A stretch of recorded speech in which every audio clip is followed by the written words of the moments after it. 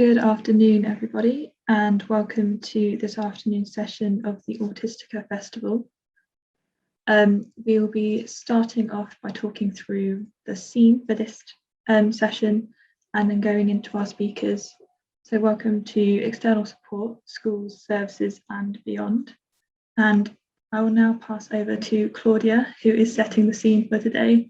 She is speaking from her own lived experience and will be sharing the story of her life and of her family's. My name's Claudia.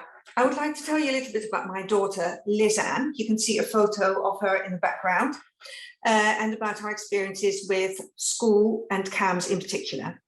So my daughter is 15 years old and she was diagnosed with autism and ADHD at the age of 8. She is my middle daughter of 3 daughters, and the other 2 are neurotypical, as are we, the father and mother. Just a bit of background about her. We are originally a Dutch family, so my daughter is raised bilingually. She's very intelligent. Don't say I said this, but I think she's the most intelligent of my 3 children. She's very witty. She's tall and strong. She loves sports. She plays football, loves surfboarding, tennis and swimming. And she's also very good at fixing things and problem solving. So she started in mainstream education, primary school, and immediately we had some great challenges there with concentration in class, sensory and processing overwhelm, which caused regular buildup of frustration. And this resulted in behavioral challenges such as disruption in class, aggression, including punching and hitting staff as well as children, and walking regularly out of class and even out of school at a young age. The fact that the diagnosis process took quite a long while didn't help, because that meant there wasn't much funding available for this school to help her. In year 2, this particular school decided they couldn't handle her anymore and effectively asked us politely to leave. We went to another state school locally, same class sizes, 30 children in the school.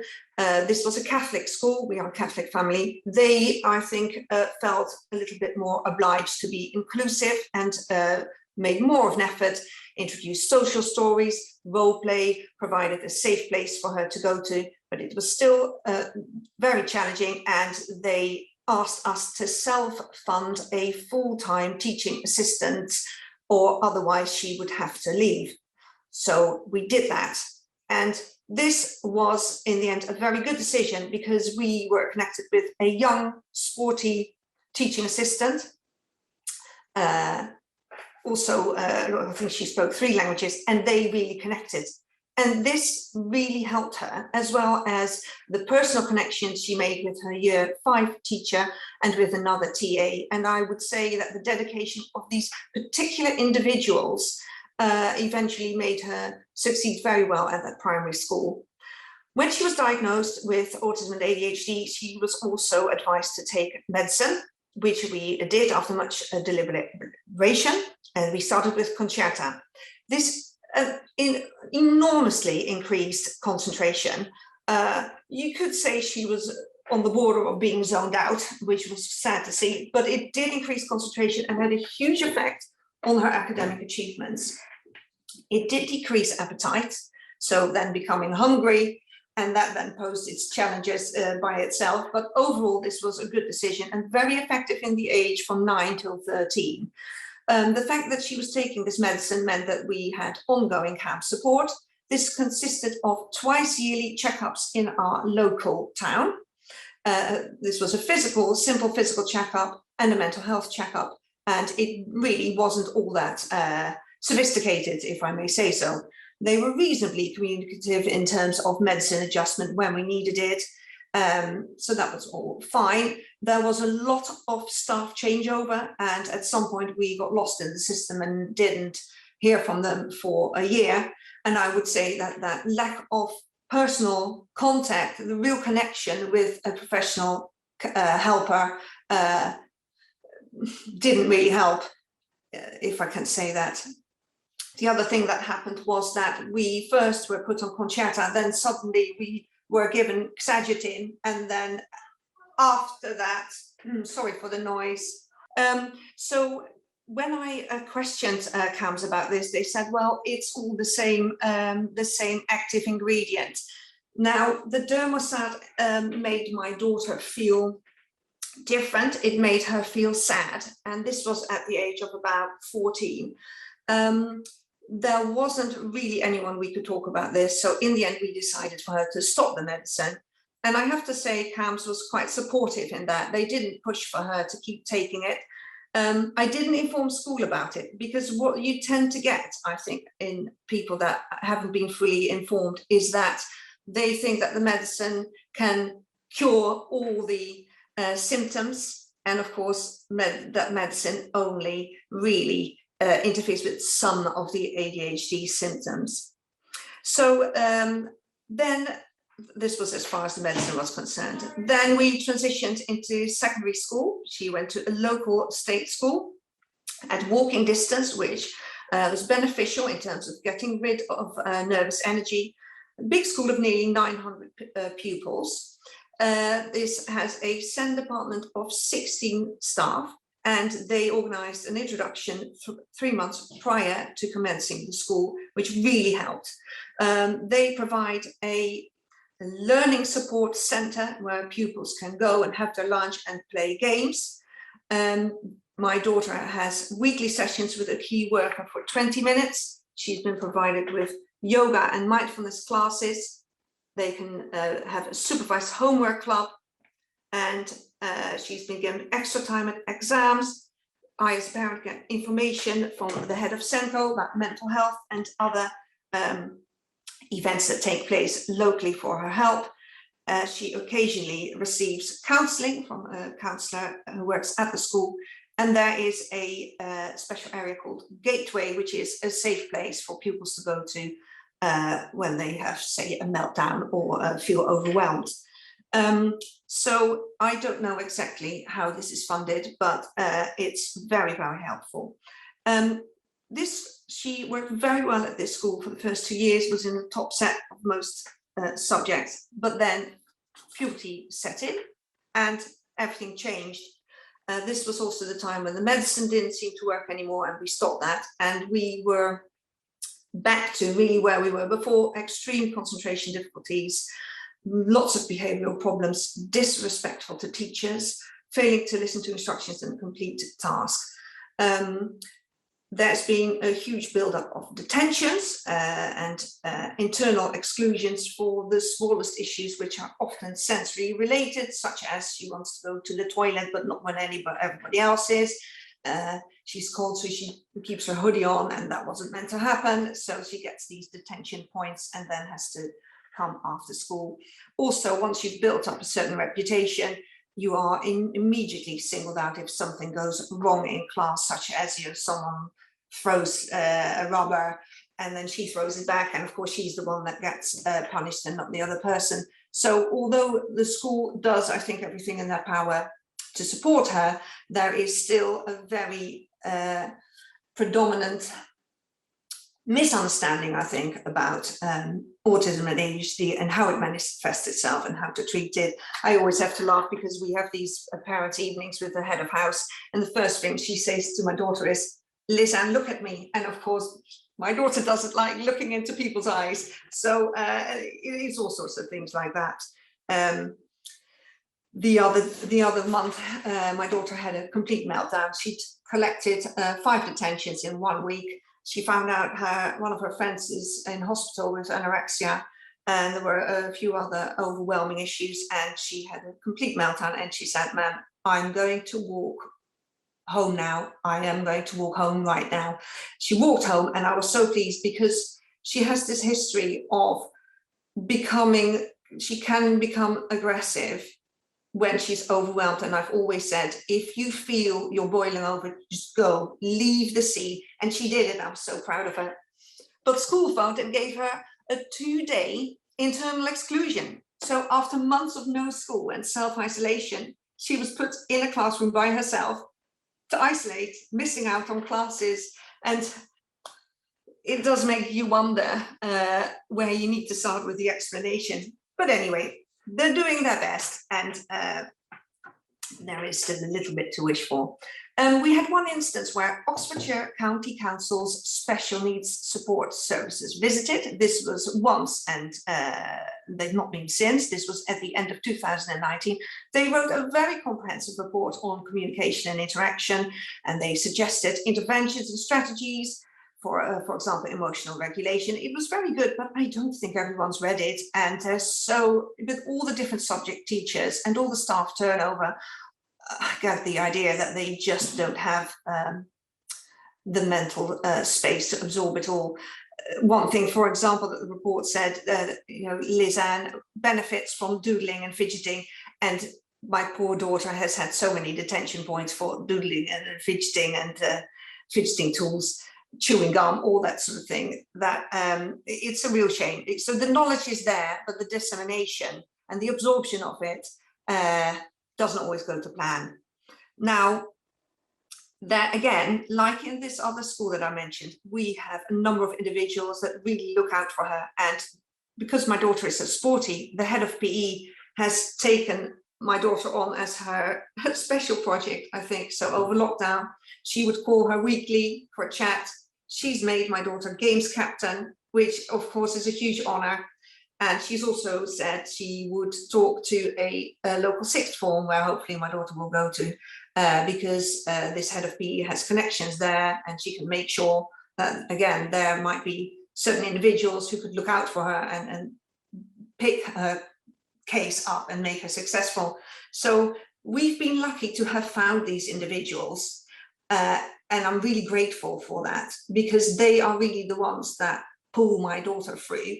However, it's not, I think, how the support system should function. So that is what I'd like to leave with you. And in terms of looking forward, I think, looking at my daughter, I think she has many amazing strengths. What is clear, though, is that they don't come to fruition in a school environment necessarily. And the trick is, I think, to get through it as best as we can, and then to find something that she really likes and is passionate about, and do that in the way she likes to do it. And then I'm sure she will be successful and get on to live a life that is meaningful and contributing. But yes, it's a challenge. And that's it for me. And I'm sorry about the disruption. That's also part of my life, living with my children.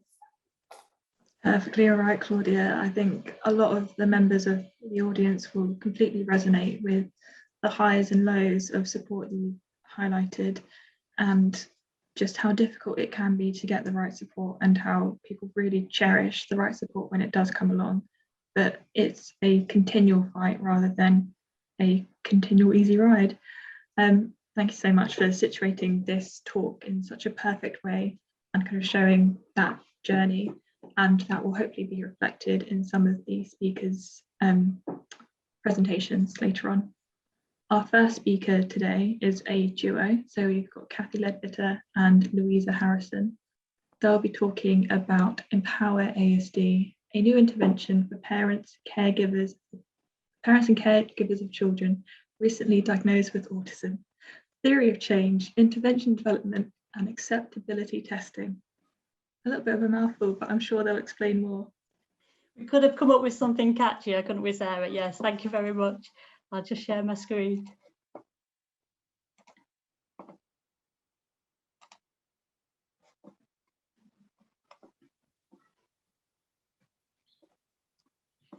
Thank you so much, Sarah, for the introduction. It's a real pleasure for me and Louisa to be here today. And as Sarah explained, we're going to be talking about the development and evaluation of a new intervention for parents and caregivers of children recently diagnosed with autism. This study is part of a wider programme of work which is funded by the National Institute for Health Research and is a collaboration between lots of different people at the University of Manchester, Manchester University NHS Foundation Trust and King's College London. So to start with a brief background, parental responses to the diagnosis of autism in their child are very varied. Many parents experience complex emotional responses, some of which are shown in this picture here.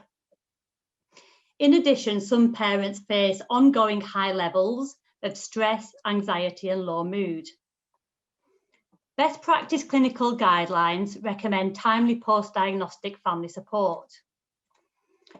However, current provision is patchy around the UK and is a source of dissatisfaction for both parents and professionals. There are many local and national initiatives to provide post-diagnostic psychoeducation, and many of these are excellent. However, most of them don't have evidence of effectiveness, and most of them do not directly address parental emotional responses or ongoing mental health needs.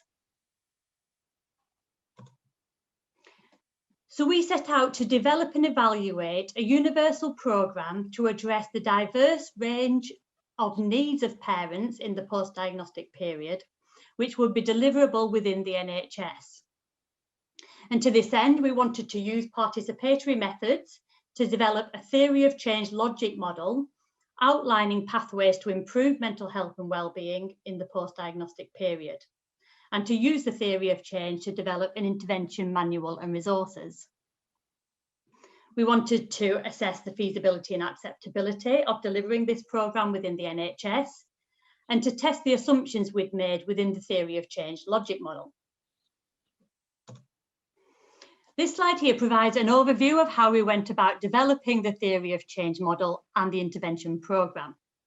We started with a detailed review of the literature and current practice and carried out consultation with a range of different stakeholders.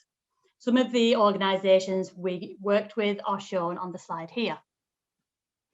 From there, we identified two pre-existing foundational approaches. One of them was a post-diagnostic workshop programme that had been running in central Manchester for a number of years. And the other was a brief acceptance and commitment therapy programme, known as ACT for short, which had been developed by colleagues at the University of Queensland. We carried out co-design to further develop these foundational programmes and to integrate them into one coherent intervention programme. We also carried out co-production practice runs with a group of volunteer parents, some of whom were autistic themselves, to figure out what was and wasn't working and whether we were targeting our key change mechanisms. From there, we developed an early prototype of the draft manual and intervention materials. Then we carried out two feasibility groups with participants recruited from a local NHS service. Then, unfortunately, the COVID-19 pandemic hit, and in response, we carried out an additional feasibility group, which was delivered online over Zoom. We collected lots of feedback from many of the parents who had attended the feasibility groups, which allowed us to do further refinement before finalising the programme.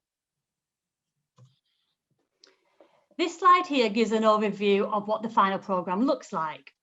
It consists of 5 3-hour sessions, which can be delivered online or in person, and consists of lots of high quality and evidence-based autism psychoeducation content on a range of topics, and also content around the autism context in terms of the education system and local and national services and supports. This flower here on the right is our parent-facing framework for the acceptance and commitment therapy components. As you can see, it consists of aspects of mindfulness, so pausing and noticing how you're thinking and feeling, and making space for any difficult thoughts or feelings or sensations. Another aspect is noticing when thoughts become unhelpful or sticky, and learning to unhook yourself from those problematic thoughts. On the right of the flower, we see the values aspects. So that's supporting participants to reflect upon what's important to them as people and as parents, and to take small steps that move them in a direction that's consistent with their own personal values.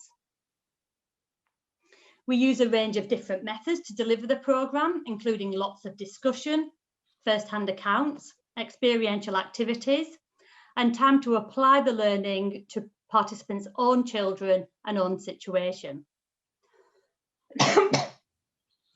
We wanted the programme to have a certain ethos, and that was one of shared expertise, recognising the experience and knowledge that all participants were bringing to the group, and also one of autism and neurodiversity positivity. Consistent with an ACT approach, we also wanted the ethos to be responsive, compassionate, and open-minded. So as I said earlier, we set out to improve parental mental health and well-being in the post-diagnostic period.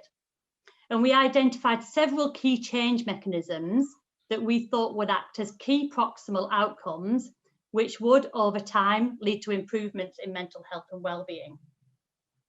And they consisted of increased understanding of autism and lots of practical strategies that participants could use with their children on a day-to-day basis, greater insight into their child and their child's way of being, and from that increased empathy and a more informed way of responding to and parenting their child.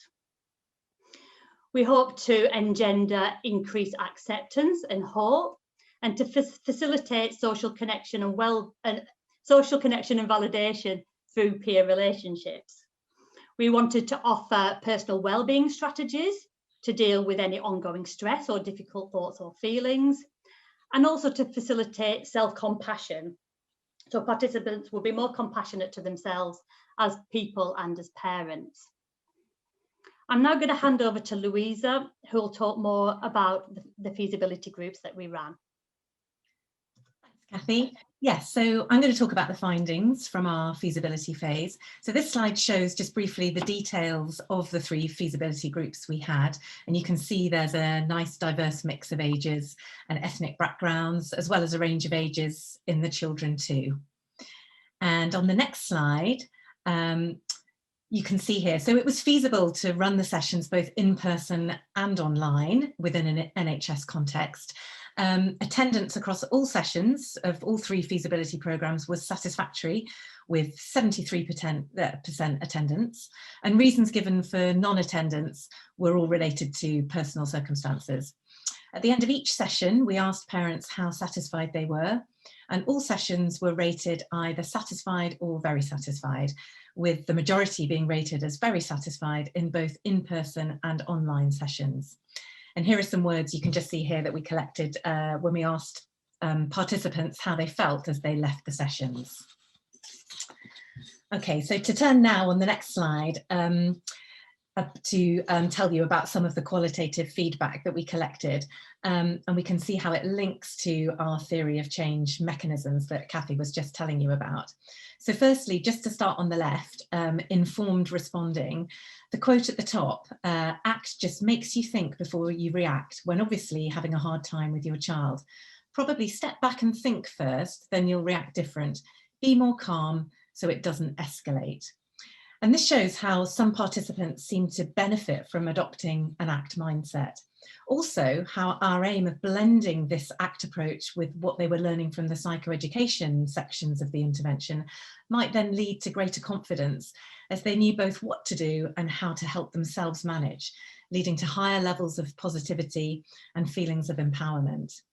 And then just to look at the quote below on the bottom left, one participant said, "The sessions teach parents how to adapt and regulate to fit in with their child, not making the child fit with us, which is revolutionary."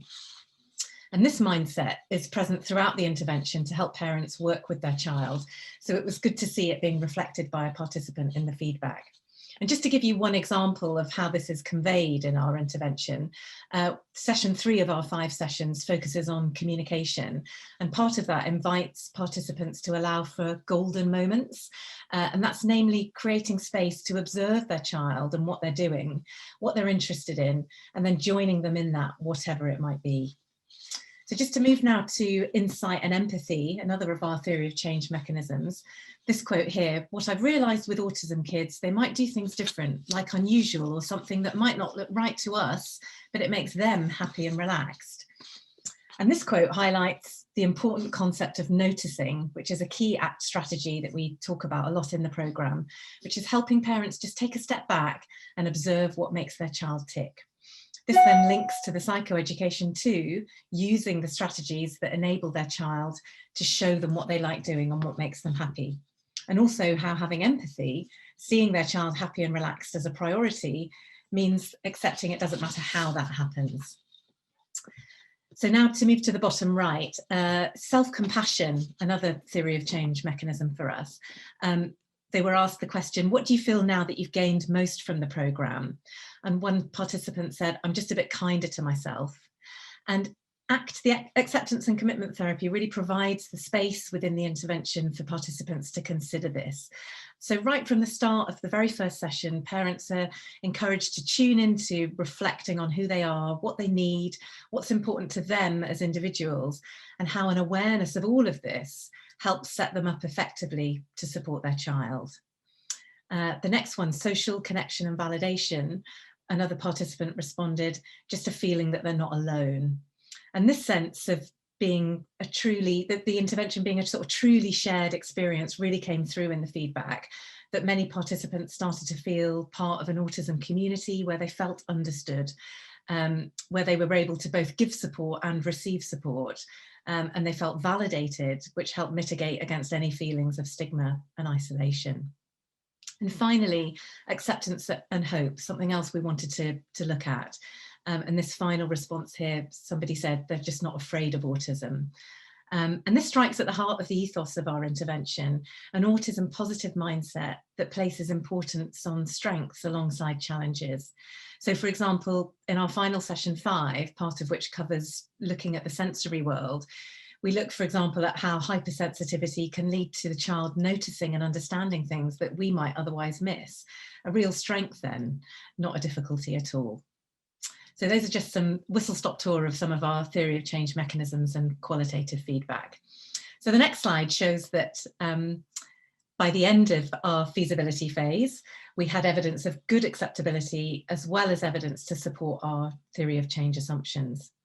And now, where we're at now is that we're now running in the middle of our large randomized controlled trial of this new intervention with involving 330 families, and we're due to finish in 2023.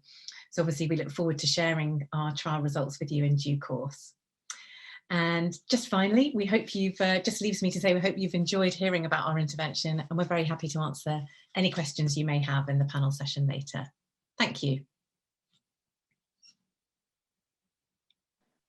Thank you for that whistle-stop tour, both of you. I mean, you were quite the dynamic duo in that little presentation.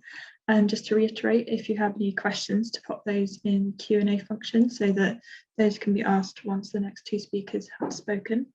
Our next speaker is coming to us by video because of construction, and no one wants to hear construction in the back of a video, sorry, back of a presentation.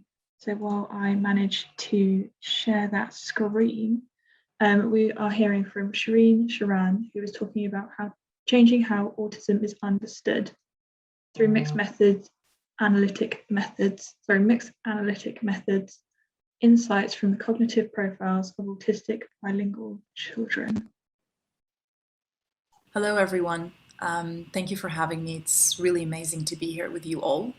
My name is Shereen Sharaan, and today I join you from the UAE, where this research actually took place as part of my PhD. So I'm going to talk to you a little bit about how findings from the cognitive profiles of autistic bilingual children can shape our understanding of autism through mixed analytic methods. So I'm going to start off by defining the cognitive area of focus, which is executive function. So what is it and why is it a big deal? Well, without executive function, we wouldn't be able to complete the simplest of tasks or get through our day. And so there are 4 key skills that I've highlighted here. Number 1 is working memory, and that refers to how well you can hold certain information in mind. Number 2, sustained attention. How well can you focus over a period of time? Number 3, interference control. How well can you resist distractions? And finally, number 4, flexible switching. How well can you switch your thinking from one concept to another? Now, we tend to notice executive function when things go wrong, like have you ever accidentally poured coffee on your cereal instead of milk? Have you ever promised yourself that you would pass by the supermarket on your way back home from the office, but you ended up driving straight home? These are things that happen to all of us, and most people will describe these moments as my head was in the clouds kind of moment, but what's really happening here is that you're experiencing a slip in executive function. Now, executive functions have been shown to predict social skills, academic achievement, physical and mental health, quality of life, and even staying out of jail. Now, there are some empirical and theoretical suggestions that this particular domain could potentially be challenged by autism, and that this same domain could potentially be extended or enhanced by the bilingual experience, by knowing 2 languages, basically. And so my question about 4 to 5 years ago, when I was just about to start my PhD, was what is the impact of bilingualism on the executive functions of autistic children? Does it help, does it harm, or does it make no difference at all? Particularly as there were 0 published studies when I was just about to start my PhD. So I launched my first investigation, and it was published about 8 months ago. So I looked at the impact of bilingualism on the executive functions of autistic children using direct assessments of executive function. So I basically administered computerized games to children, and each game captured 1 main executive function skill. So say working memory for game 1. And children had about 10 to 20 minutes to play each one of these games.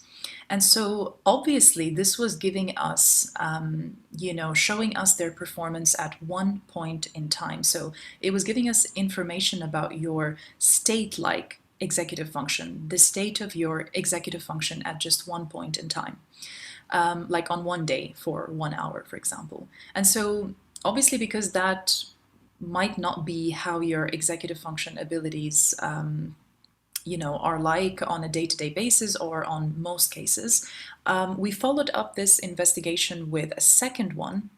Same sample of children, they were aged 5 to 12, matched on age, nonverbal IQ, and the maternal and the paternal education.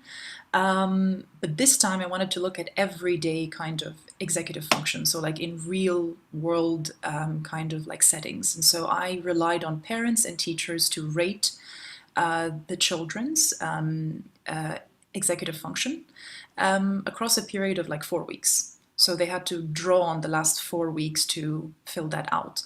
Parents, of course, were the rating based on the home environment, and teachers were rating based on the school. Now, so each one of these studies was giving us insights about different types of executive function. The first one is about a state-like executive function. The second study is about a trait-like executive function. Now, what was one really common main finding across all of these 3 different types of settings, lab versus home versus school? Well, it seems that when we compare groups of autistic children to groups of typically developing children, autistic children displayed poorer performance in executive function across, almost all the domains. But given how heterogeneous this condition is, we thought that we should follow this up with a different type of analysis. So let's go beyond the groups and let's look at each autistic individual to have a better idea of individual the strengths, the weaknesses, and if the picture would look a bit different. And so we employed something called multiple case series analysis, otherwise known as MCSA. This was adapted from Togood et al. 2009. And so what this kind of looks like is the following. So this is a visualization of one of the outcome variables of interference control. So this is a game that was measuring your reaction time on a task. And on the y-axis, you have the means of autistic participants. On the x-axis, you have the number of autistic participants. So we had about 27 autistic participants. Right at the center of this the graph is the typically developing mean. And so all these circles and dots that you can see are autistic participants. The blue versus the green just shows who is bilingual and who is the monolingual. And any participants that were above the typically developing mean actually had a poorer performance compared to their typically developing peers. The reason for that is that as you go up the graph, you'll see that the numbers, the means are increasing. So your reaction time is increasing on this game, which means you were slower on this the particular game. Whereas autistic participants that are below the typically developing mean are actually doing better than their typically developing participants. So just to show you what intra-individual variability looks like at a glance, On number 1, directly assessed executive function. So this is the on the games that they played. So the first finding that is pretty obvious here is that there are some cases of enhanced performance for autistic children. This is followed by, so this is the more consistent finding here, is that the vast majority of autistic participants exhibit normal executive function performance relative to their typically developing peers. So they are equal to their typically developing peers on executive function. And this can be depicted by the color, the gray. So all this, the gray that you can see on the screen shows normal performance. And so that is the majority. Now, what does the picture look like using parent-reported executive function? Exactly the same. There are some cases of enhanced the performance for autistic participants compared to their typically developing peers. But then again, the most consistent finding is that the vast majority of autistic participants showed once again equal performance in executive function to their typically developing peers, as depicted by the same color, all the gray. Now finally, what does it look like using teacher-reported executive function? Once again, the main finding is that most autistic participants showed equivalent executive function performance to their typically developing peers. So once we put all of them side by side, let's look at intra-individual variability across the lab context, the home context, the school. The main finding is that the majority of autistic participants across every single type of the measure is in the normal range of performance for executive function. And so this is a big contrast from the type of analysis which focuses on the group level. So this kind of analysis, multiple case series analysis, actually revealed an insight that was concealed, that was completely hidden if we just look at one group versus another group. Now, how do these findings actually help us understand the autism? So one of the key theories proposed to explain the characteristics is the executive dysfunction theory. At the root of this theory is that there are executive deficits for autistic people. Well, when we look at this theory through the lens of group analysis, yes, the children in this work had poor, the autistic children had poor thinking skills as a group relative to their typically developing peers. And this finding does give a bit of support to this theory.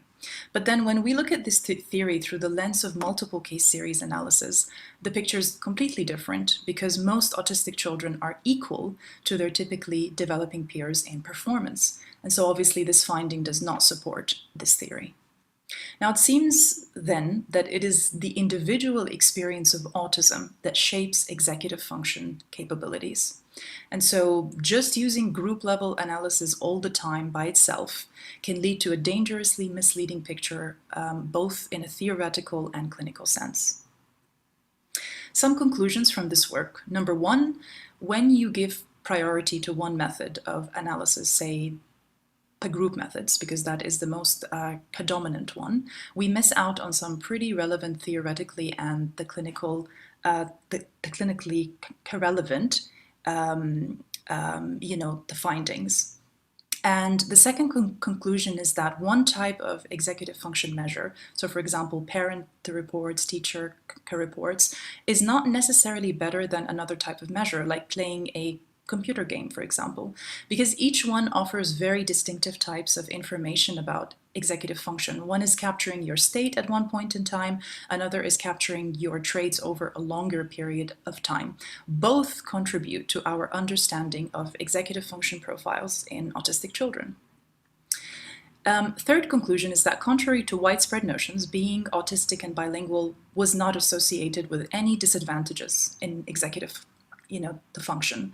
Actually, there were some advantages across the literature, but the most consistent finding across the literature is that being autistic and bilingual is not associated with any disadvantages in language or cognition. And finally, just to follow up on that, autistic children who are part of a bilingual family themselves should not be discouraged from being bilingual. A lot of support for this from the findings across the literature, and decisions are instead encouraged based on family dynamics, family preferences, and the child's language learning abilities. So this brings us to the end of this talk, and I'd love to give a very warm thanks to 115 families across the UAE, across 3 to 4 cities that were very generous with their time. A lot of organizations here across the UAE, about 22. Of course, this work was led by myself under the excellent supervision of Dr. Sue de Fletcher-Watson and Dr. Sarah E. McPherson. Thank you all for listening, and I look forward to your questions.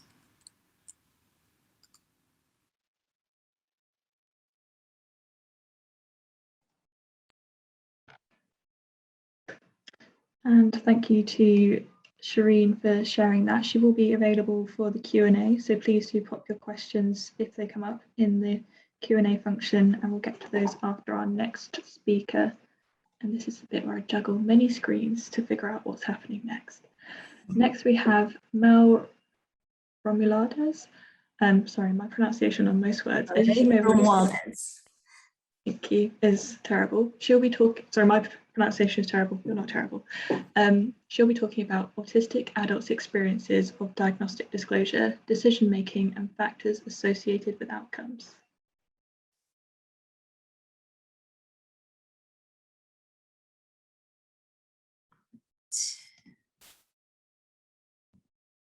Great. Thank you so much, Sarah, for that introduction. Hi, everyone. My name is Mel. I am a third-year doctoral student at CRAE, which is the Center for Research in Autism and Education based at the UCL Institute of Education. The study I'm going to share with you today is the second for my PhD work focusing on autistic adults' experiences of disclosure in UK workplaces. And I'd just like to take a moment to acknowledge my excellent PhD supervisors, Dr. Anna Remington and Dr. Zachary Walker, who are also my co-authors on this study. Just to give you a bit of a background, employment is important to so many autistic adults, but recently published data just this year from the Office of National Statistics here in the UK suggests that only 22% of autistic individuals are in any form of paid work, which is an incredibly low figure. This might be due to the lack of necessary adjustments in the workplace, social communication differences experienced by autistic individuals that may lead to misunderstandings with colleagues and supervisors, and perhaps because the recruitment process, especially job interviews, are not well suited to some autistic individuals and they struggle with this. Now, some literature suggests that disclosure, which means telling other people that you're autistic, might help to mitigate some of these challenges in the workplace. However, it's also possible that disclosure of an autism diagnosis could lead to increased stigma and discrimination. So this is a really difficult decision for autistic individuals to make, whether or not to tell people that they're autistic at work, because these outcomes are so mixed and unpredictable. They need to weigh the possible benefits of disclosure against stigma, discrimination, and other negative outcomes. There's some evidence in existing literature that disclosure might actually help. So, for example, Noah Sasson and his former doctoral student, Carrie Ann Morrison, have done some excellent work to show us that the characteristics of the person being disclosed to are actually what drive impressions of autistic people much more than the characteristics of the autistic people themselves. We might also be able to look at literature on the disclosure of other concealable stigmatized identities in workplaces. For example, the work of Chodwa and Fisher looked at disclosure of a mental health condition or a physical health condition in the workplace. And they also highlighted the importance of the characteristics of the person receiving the disclosure. The research being done on autism disclosure in workplaces has largely been based in the United States. The work of Johnson and Joshi, for example, has been foundational in this regard. In the UK, a lot of workplace research on workplace disclosure, specifically autism disclosure, has been focused more on success in recruitment. For example, employment outcomes as measured by hiring decisions made by potential employers. So to address this gap, Our previous study was a large study involving 238 clinically diagnosed autistic people, and we asked them about their experiences of disclosure through an online survey. However, for the current study, we wanted to do something a little bit more in-depth.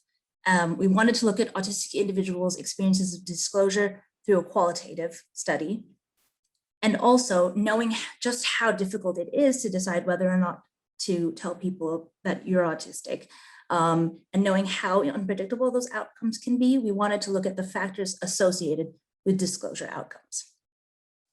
So the desire for a more in-depth study naturally led us to conduct interviews and to analyze the interview transcripts using thematic analysis. So for this study, our participants were 24 clinically diagnosed autistic adults. Their mean age was 45.7 years, and we had an even split between males and females. So before I share the results, I'd just like to recognize that, of course, since this is a qualitative study and our group was quite small, it would be difficult to generalize these results. It's also notable that our particular sample might not be representative of the larger or the general autistic population. However, we do think that these results give us some great insights into the disclosure experiences of UK-based autistic adults. So, under experiences of disclosure, these are the three main themes that we identified. The first was a preference for keeping my diagnosis private. The second was the importance of disclosure in the workplace. And the third was disclosure has mixed outcomes. For many of our participants who had previously not disclosed in other roles or who only disclosed selectively in their current workplaces, they spoke about using camouflaging, which means hiding one's autistic traits, as a means of coping in the workplace. They also mentioned fear of discrimination from other people if they did disclose, or feeling that disclosure was not necessary or at all beneficial to them. Some did disclose selectively, but only on a trustworthiness or need to know basis. For example, to line managers and supervisors who would be making decisions about adjustments. Others actually did speak about struggling with an autistic identity. So some had recently been diagnosed and did not yet embrace the autistic identity or didn't feel that it was something that they identified with. And so they felt that disclosure wasn't possible. On the side of people who did disclose to everyone, they also spoke about autistic identity and disclosure as an expression of this identity, but also an expression of solidarity with the wider autistic community.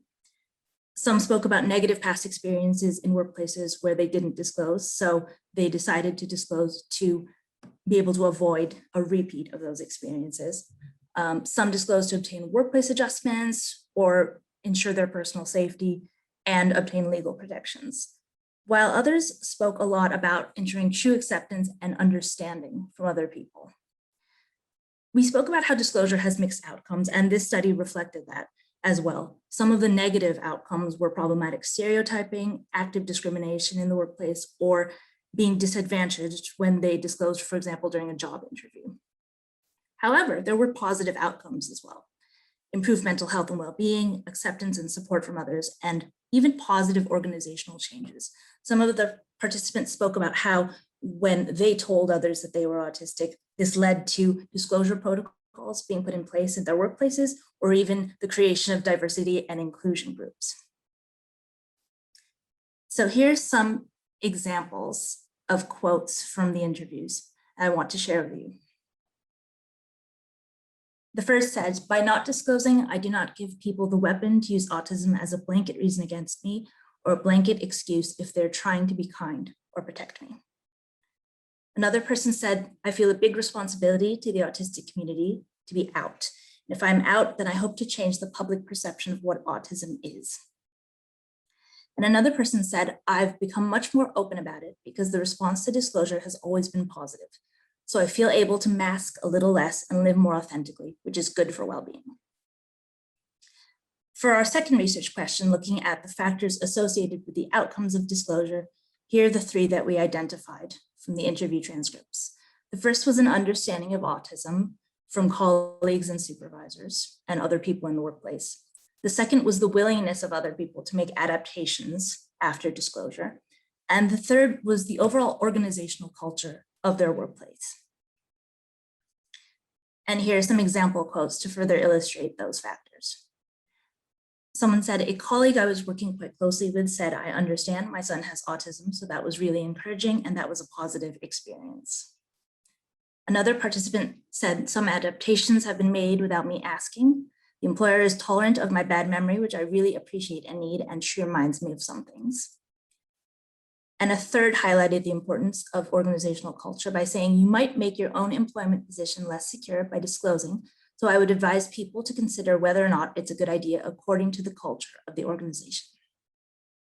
So just to discuss these results a little bit, I thought that identity, well, we felt that autistic identity emerging as one of the sub-themes was very interesting. There's some great work being done by Eilidh Cage and colleagues, for example, exploring the relationship among identity, camouflaging, and disclosure. And Eilidh's research highlighted that people who felt more or embraced the autistic identity more were more likely to disclose. And we saw that here in these results. And the second thing I want to highlight, which might be the most important thing from this study, is that other people are so crucial to disclosure outcomes. So when I talk about recommendations in the next slide, I'd really like to highlight that these recommendations are for other people involved. So my first recommendation is that we need more specific diversity and inclusion training, and it should involve autistic people to make it more autism specific. I've spoken to participants who felt that their colleagues didn't know much about autism because the D&I training was so generalized. The second important thing is we need to evaluate the adjustments made because they are so crucial to successful disclosure outcomes, and there needs to be some follow through from organizations. Once an autistic person discloses, they need to follow through with adjustments and make sure these are appropriate. And the third is that organization leaders need to take more responsibility. They are responsible for creating a culture of inclusion. So we need to target organization leaders if we want to increase inclusivity and ensure more successful outcomes for autistic people in employment. Thank you so much to Autistica and the DARE project for having me. And in case anyone wanted some of the references of the studies that I talked about, here's the reference list.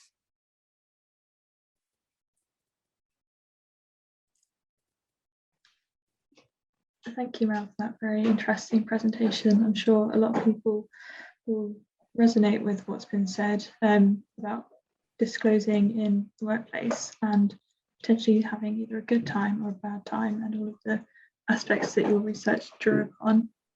We're now going to go into a Q&A. So I'll ask Kathy, Louisa, and Shereen to come on in, ready for some questions. And I feel like Louisa had to go at 3, so we may have lost her. So we've still got Kathy. We've got half the dynamic duo. Okay, our first question is, let me get it up on my screen. So this sounds like a really supportive group for parents, the intervention that you designed. Have you published any literature on this research, or is there anything planned to be published on it? Yeah, thank you for that question. It is a work in progress, very much so. We are working currently on the manuscript to prepare it for publication, kind of outlining the development of the programme, all the steps that we went through, and also the results from the feasibility groups, and that there's more that we couldn't fit into the talk today that will be in that paper as well. So hopefully that will be out soon. We'll also be publishing a protocol paper, which will be a protocol of the trial that we're running. And then the main results of the trial will be out at some point, maybe 2023, 2024, depending how things go and how much COVID continues to affect the trial progress. So yeah, fingers crossed. And I realised I jumped into our Q&A prematurely because there is a nice starter question that kind of sets the scene that's open to everyone. So just, can you tell me a bit about why you chose to study this topic and your journey to get there? So I'll start with Mel and then Shereen and Kathy, so we're going backwards order for this one. Sure. Thanks for that. So in a previous life, I was a teacher and I worked with autistic young adults. Most of them were ready to graduate and move on to employment. And we realized that there were so few opportunities for them and so few adult services to help them transition into employment. So I just got so interested in studying this and focusing on autism and employment for my PhD research. And then I had this question of, what if you told people you were autistic? Would that help? Or would it make your colleagues more understanding, or would that actually increase discrimination? So that's how I got to this point. Very interesting. And Shereen, over to you. Yeah, I mean, we know that rates of diagnosis are on the rise. And we also know that the bilingual population of the world is increasing. So more than half of the world is bilingual, and language decisions about autistic children can affect their cognitive development, employment, identity, relationship with their parents, their families, their communities, things like leisure. So just like their peers. So there is a lot at stake here, and there were very, very few studies. I mean, actually, when I started my PhD, there were zero. Fast forward 4 to 5 years later, there are 10 studies at my specific domain. So that's why it became increasingly important to chart the impact of bilingualism on the cognition of these children. So that's kind of how I got about into doing that. And it's really cool kind of creating a research area, seeing that there isn't anything there. And Kathy, what about you? What brought you to study this topic? So I've been working in the autism field since I graduated, so quite a long time now. And I've worked in, lots of clinical and educational contexts, and I've been involved in autism research autism intervention research for about 15 years. I also have family members who are autistic. And I think what led me down this particular avenue was just being really quite fed up, if I'm honest, about the situation whereby, services and provision for autistic children and their families is so chronically underfunded and so patchy and so subject to postcode lotteries. And I think Claudia really brought some of that to life when she spoke earlier as well, just how variable services can be. And I think to me, this kind of post-diagnostic support for parents is just so fundamentally important, and it's just so basic for us to get that right, really, to set parents off on a good journey, really, to understand this news of the diagnosis, what the implications of that news are for their child, which could be quite significant, what the implications are for themselves, and just to provide a kind of therapeutic space, really, for them to process that news and adjust to it. And I think if parents can get off to a good start and have that support early on, they will understand more about autism. They'll be more kind of flexible and responsive with their child and have more tools up their sleeve. They might feel themselves more emotionally okay about the whole thing. And that just gets them and the child and the family just off to a better start, really. So I think that's what motivated me, and also to develop a programme that's going to be deliverable within the NHS, which means it needs to be streamlined, it needs to be cost effective, otherwise it's just never going to be picked up by the NHS, because obviously that is a key issue for them. So I think that's what led me down this road, really. So very kind of interesting to see how you all got started. I've got a question for Mel, and it's, did willingness to disclose differ based on people's roles / time with their employer? So kind of what else modulated disclosure? That's a really good question. Yes, and I really would like to do further research on this to look at this in a more quantitative way, but just reading the transcripts, it did seem that the longer someone was at a job, the more comfortable they felt disclosing. There were other things like, for example, age of diagnosis that presented some really interesting avenues for research. I spoke to some people who had been diagnosed as children and felt a lot more comfortable with that diagnosis and therefore disclosing it. Whereas I also spoke to some participants who had just been diagnosed who had just been diagnosed 3 weeks previously and hadn't had the time to really kind of grapple with what that meant for them, much less tell other people about it. So yeah, there were factors like that I would love to look at more in future research. And a question for Shereen this time. What are the kind of future applications for research, given that it's potentially broadening where the focus of research is traditionally within autism research, so kind of English-speaking countries that focus on monolingualism, and like where do you think that can go? So just to make sure that I have that right, where do you think the research on autism and bilingualism specifically can go? Yeah, so kind of broadening it from what is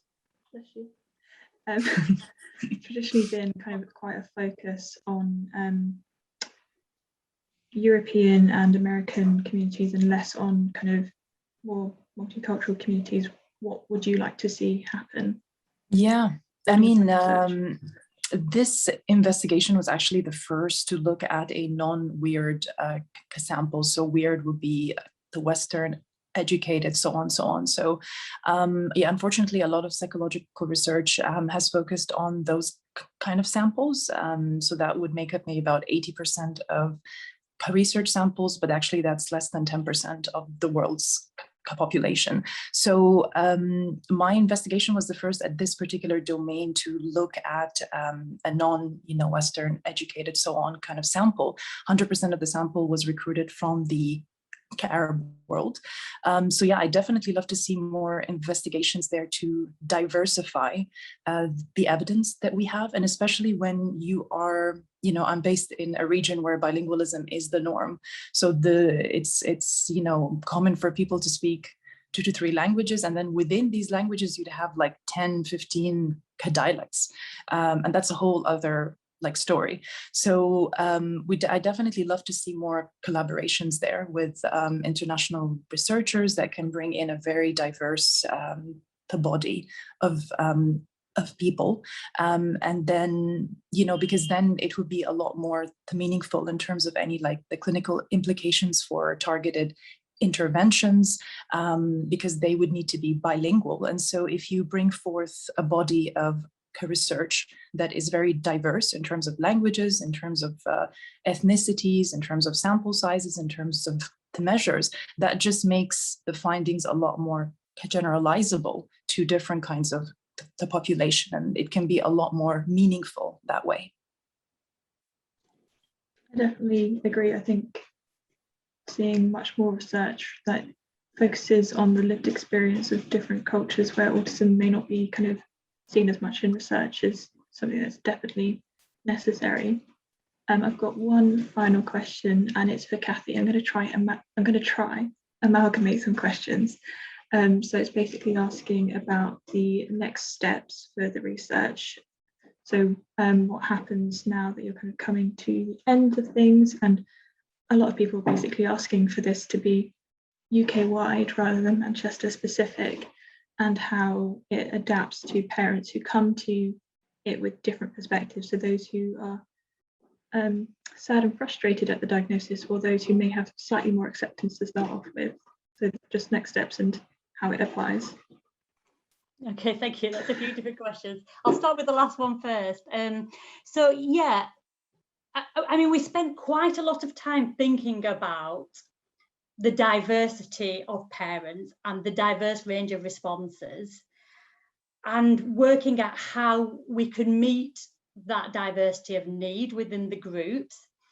And I think that the conclusion that we came to is that, we wanted it to be a kind of very open-minded and accepting approach, recognizing that some parents will be coming to the group having had, the diagnosis will have come as a huge shock to them. They might not understand what autism means. They might never have heard that word before. They might be feeling very sad or anxious about that diagnosis. And then on the other side, there might be some parents coming to the group who, they were relieved to get the diagnosis. They might be autistic themselves. They might have other children who are autistic. They might actually be feeling okay about it. So we try to have an ethos that's very much about meeting parents where they're at, and providing space for them to explore what this means for them, however they're feeling about it. And ACT is quite a good approach for doing that, because it's all about adjusting to a new situation in life, and it doesn't make assumptions that that new situation is good or bad or neutral. It's just a new situation that the person's now adjusting to, and it gives strategies and it gives an ethos to doing that. So I hope we've got that right. I mean, time will tell. The feedback was quite good that we got from the feasibility groups. We were conscious that we didn't want these, some parents who might come who are feeling quite angry and who are very kind of overloaded with quite heavy emotions. We were a little bit concerned about whether that might become quite difficult to manage and might then bring other participants down. So that does take some skilled management. Luckily, we have some very skilled NHS practitioners who have been trained and who are now delivering this group, and who I'm sure are doing that really well. So I think that answers the last part of your question. Coming back to the first part of the question. So as Louisa said at the end of the talk, we're now running a trial, a large randomised controlled trial of this programme, which will tell us whether it's effective, and we've got lots of different outcomes, and whether it's also cost effective, because obviously it costs money to run, and we want to make sure that the outcomes are worth how much it's going to cost, because that's really important to NHS thinking and commissioning and so on. So at the moment, we're not at a stage where we can disseminate this any further. We need to find the results of the trial to know whether this essentially is working or not. We hope it is, but we need to maintain some neutrality until we see what the data looks like. At that point, obviously, depending on what the results say, we would be very motivated if we get some positive results to make this widely available. The intellectual property rests within the NHS trust that we're working with, and we did that purposefully so that this could be a training programme could be developed and held by the NHS and disseminated as widely as possible, as quickly as possible. But it's just far too early for us to start talking about that at the moment, before we've got the evidence to tell us what the intervention's actually doing.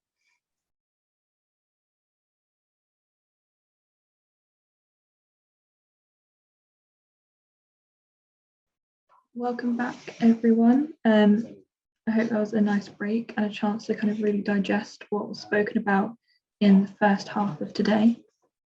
Our next speaker is Naomi Downes, and she'll be talking through couples experiencing of parenting a child after an autism diagnosis, a qualitative study. Thank you.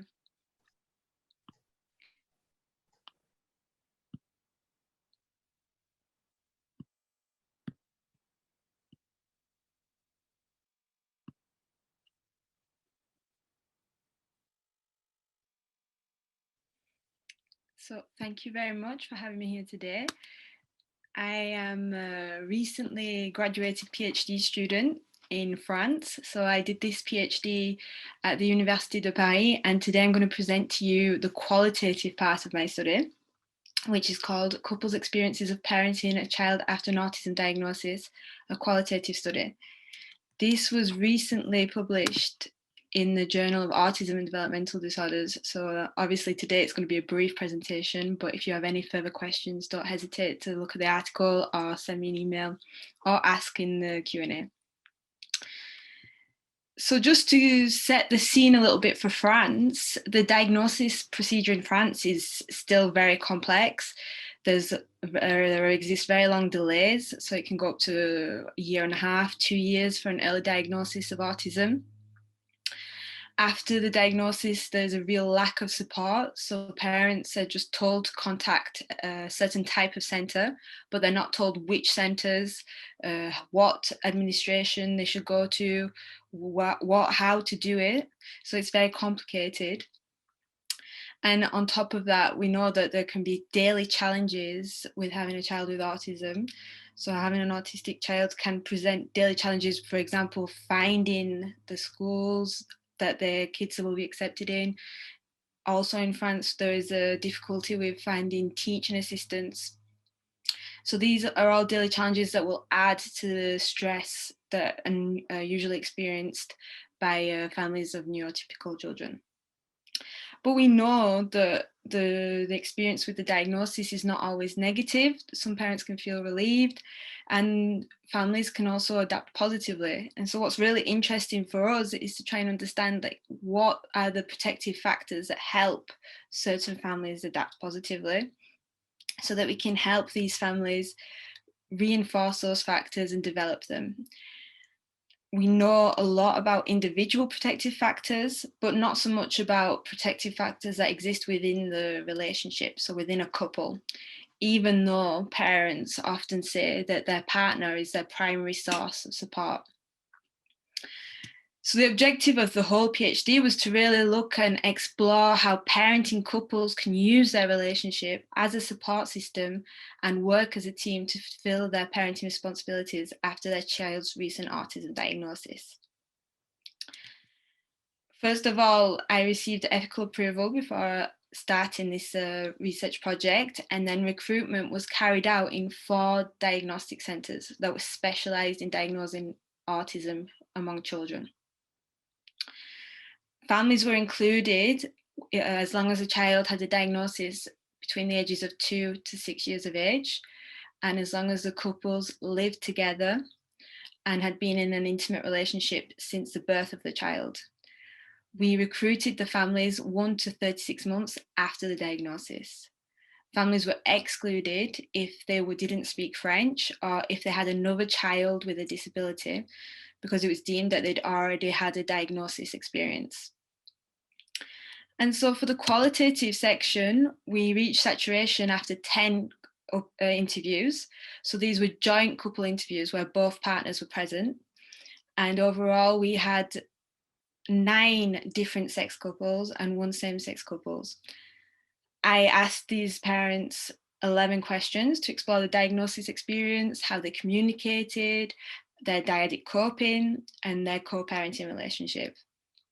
These interviews were then retranscribed and coded independently by myself and another researcher using a thematic content analysis approach and an inductive approach. And we also used the program NVivo, and all of this was supervised by 2 professors.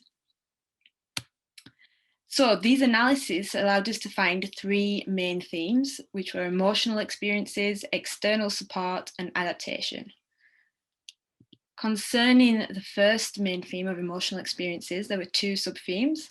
So what we saw were that the emotional experiences started before the diagnosis. They started from the first signs. Parents would talk about having difficulties emotionally from the first signs of their autism among their child. And then at the diagnosis, parents described different reactions. So there was reactions of relief, others would describe reactions of shock, denial, and among the couples, partners could have different reactions within the couple. So one partner could have a more resolved reaction to the diagnosis, more accepting reaction, whereas the other partner could be in denial. After the diagnosis, parenting couples described moments of highs and lows and a lot of stress linked to organising their child's care. So to give you a little example of how the diagnosis was experienced, one parent said it was a relief because for 1 year we were between maybe yes, maybe no, and that was emotionally exhausting. Another parent said, I quickly accepted it. My main issue was my wife's denial. She was in distress. This brings us to the second theme of external support. So grandparents played a major role among this sample. The parents described the grandparents as being very necessary for babysitting their child, and this allowed them to have time alone or time together as a couple. However, the relationship with the grandparents wasn't always easy, and some parents found the relationship quite difficult because they felt that grandparents were judging how they parented their child. Another source of support was the community. So online forums and parental groups were deemed very important for these parents, and also service providers. So parents in the sample, a lot of the parents had received parental guidance, mostly parent mediated training, And they said that this was really helpful for them and helped them interact with their child. However, they felt that it was very centered on the child and not enough on themselves as well, and their own emotional experiences and how they were dealing with the diagnosis. And as well, the parents found that there was real lack of support after the diagnosis. So a few examples about, for example, grandparents. One parent said, "The fact that we don't have family here, both our parents are in Algeria. I have a hard time trusting anyone else with my children. So we only go out as a couple when we go to Algeria." Another verbatim from couples who were receiving parental mediated training, so parental guidance, talking about how we never spoke about our relationship during this guidance, and that was the space for that. I don't know. It's true that no professional has spoken to us about us as a couple. It would have reminded us to think about our relationship. And this brings us finally to the last theme of adaptation. So parents spoke about individual adaptation. So the parents would read, try and find information. They would also compare themselves to families in more difficult situations to feel better about their own situation. There was then the co-parenting adaptation. So all of the parents in this sample reorganized their co-parenting relationship after the diagnosis. They reorganized how they shared tasks and how they divided childcare. Co-parenting was deemed to be a priority more than the couple relationship after diagnosis.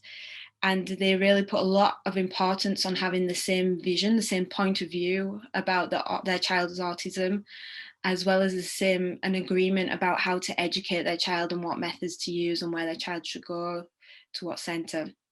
And they said that when they didn't agree, this was a big source of conflict. And then finally, we have how the couple adaptation. So this is more the conjugal aspect of the relationship. And there was a real temporal theme, so time theme that came out in this sub-theme, with the idea that some couples adapted more positively in the sense that their relationship was always solid. They described themselves as always being close, and that the diagnosis just brought them together and created a closer bond between them. Other couples that experienced difficulties between the first signs to the diagnosis but had a strong relationship beforehand. And these difficulties between the first signs and the diagnosis were linked to the fact that they didn't have the same point of view about their child's autism. And so the diagnosis helped them re-find a common ground about their child's autism and brought them closer together.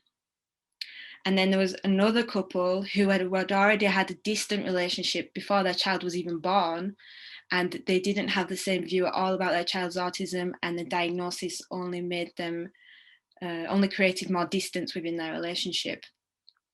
A few examples. This is about the co-parenting relationship and parental agreement. "We don't have any issues concerning our child's care. You are always with me. You have to be on the same page for the child's care. That really helps. Because if I had to fight with a partner who didn't have the same vision, that would be an obstacle. I don't think our relationship would last." And then more about the couple's relationship. "Even before his autism, we were always close. We have no problems and we get along very well. His autism has only strengthened our bond." And then a final example from a mother: "I don't think it was our son's autism that distanced us. It has nothing to do with his autism. I think there was already a distance between us before he arrived. The autism just added to it." And the father of the same couple: "It didn't bring us closer. It could have brought us closer, but it didn't bring us closer because we didn't have the same vision at all, and we couldn't understand each other's perspectives, including that of our child's education." So the three main takeaway points is that, first of all, the co-parenting relationship seems to be very important after diagnosis, and it is reorganized. So it's something that professionals can help parents with after a diagnosis. The second point is that also is parental agreement. That after their child's autism diagnosis, it seems to be a key moment when, if there isn't a parental agreement, this can create some tensions and complications within the parents' relationship. So we could also focus on that and help parents with having the same point of view, same vision, or if they don't, helping them understand each other's point of view. And then finally, the grandparents play a big role. And so it seems really important to help grandparents be supportive for these parents. And at the end of my PhD, I managed to create a theoretical model and also preliminary recommendations to optimize support for couples after their child's early diagnosis. So this is how it looks in its full form, and I'm just going to break it down a little bit for you. And obviously it's preliminary and needs to be tested. But the first idea would be that during the diagnosis, we have more flexibility in how we provide a diagnosis.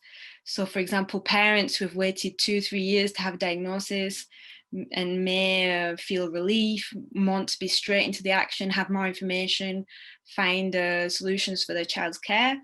Maybe for these parents, we can just follow that desire and propose emotional support as an option.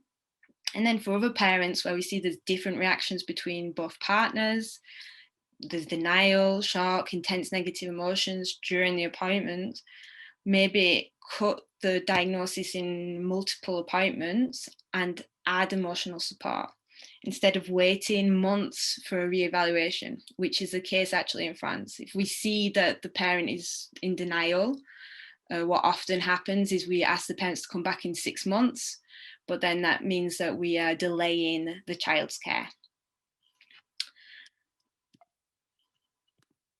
And then post-diagnosis follow-up, just to provide support with administrative tasks, really be there and help the parents do it, answer their questions, tailor the information about childcare to give them personalised information.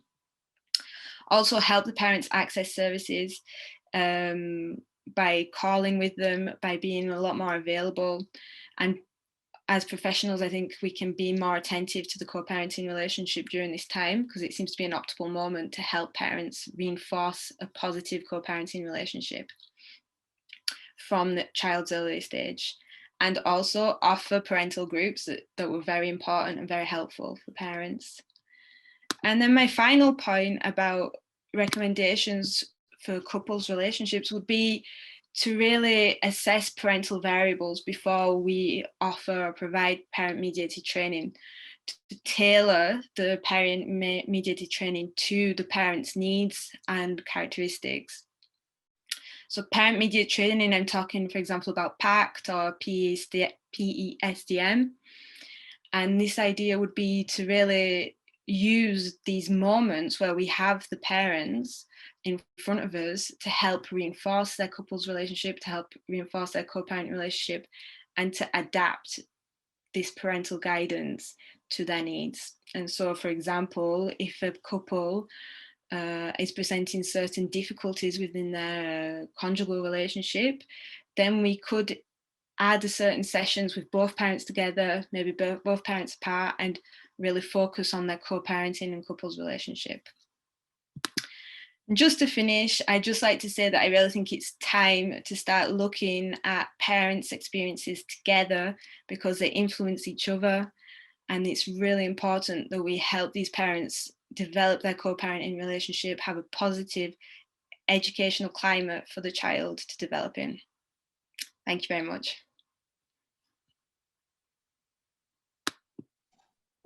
Thank you for that, Naomi. It really shows that these situations, although they might feel country specific, are quite global. And I think a lot of people who've listened today have found that the experiences of French parents really kind of replicate how they have experienced things in the UK.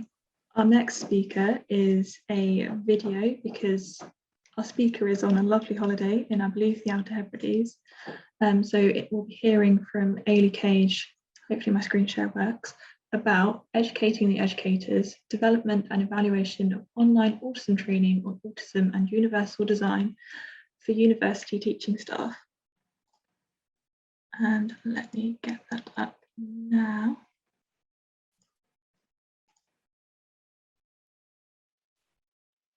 Hello, my name is Eilidh Cage and I'm from the University of Stirling.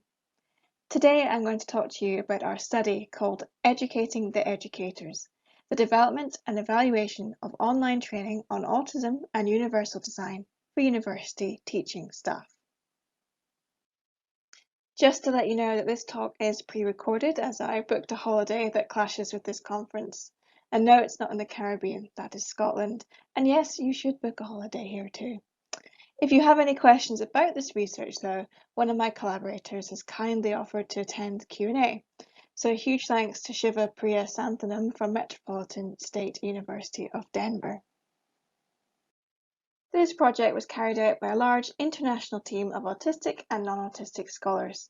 It included Heather Brown, myself, Dave Caudell, Denise Davidson, Patrick Dwyer, Emine Gurbus, Jesse Harrell, Bella Koffner, Ileana Maggiati, Shiva Priya Santhanam, Stephen Shore, Caitlin Stockwell and Zach Williams.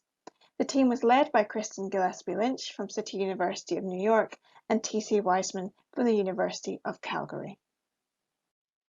Our overall aim was to test whether online training about autism and strategies for engaging diverse students could improve university staff's understanding and appreciation of both autism and universal design. In case you haven't heard of universal design before, this term refers to the principle of designing spaces and information to be usable by all people.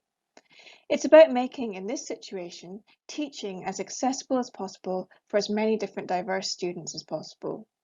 Universal design strategies serve to benefit not just autistic students, but all students. So why did we do this research? Well, firstly, we know that more and more autistic people are attending university. For example, in the UK, back in 2014/15, there were over 6,000 recorded autistic students. In 2019/20, this was over 14,000. And this is not including the numbers who decide not to disclose or those who are not yet diagnosed. We also know from research with autistic students that they frequently say that poor understanding of autism and how to effectively teach autistic students is a barrier at university for their positive experiences. This suggests that training staff to better understand and support autistic students could be beneficial. And we also wanted to test online training, as this is something that could be rolled out fairly easily and cheaply for universities. By teaching staff about universal design as well as autism, we also hope this would benefit more than just autistic students and give people realistic strategies that they could apply to their teaching practices. So what was involved in our study? Well, first of all, we had a pre-test where participants completed a survey which included questions about their personal demographics, their past experiences with autistic students and universal design, and then some pre-existing questionnaire measures, including social dominance orientation. And this is a personality trait related to how much someone supports social hierarchies and sees their group as superior to other groups. People high in these social dominance traits tend to be less open and accepting of people who are different. We also measured autism stigma and autism knowledge, so we had a baseline score of these before the training. So after this, participants completed the training. Now, this training was initially developed by 5 autistic students from City University of New York and aimed to originally improve other students' understanding of autism. So our team of autistic and non-autistic academics adapted this training specifically for university staff and expanded the training to include information on using universal design to help all students learn. Therefore, there were 2 modules to our training. One was all about autism and the second was all about universal design. Altogether, the training took between 60 to 90 minutes to complete, and you can actually access and view our training in full if you go to bit.ly/aut-ud training. Finally, after training had happened, participants repeated some of the same questions from the pre-test survey so we could see how things like knowledge and attitudes had changed. Then, 1 month later, we also contacted our participants again and asked them to repeat the same questions. So doing this allowed us to see whether any changes to things like knowledge and attitudes were maintained over time. So who completed the study? Well, we had 98 people who signed up and completed the pre-test questionnaire. We then had 91 people who went on to complete the first post-test questionnaire after doing our training, and then later 84 people completed the maintenance survey 1 month later.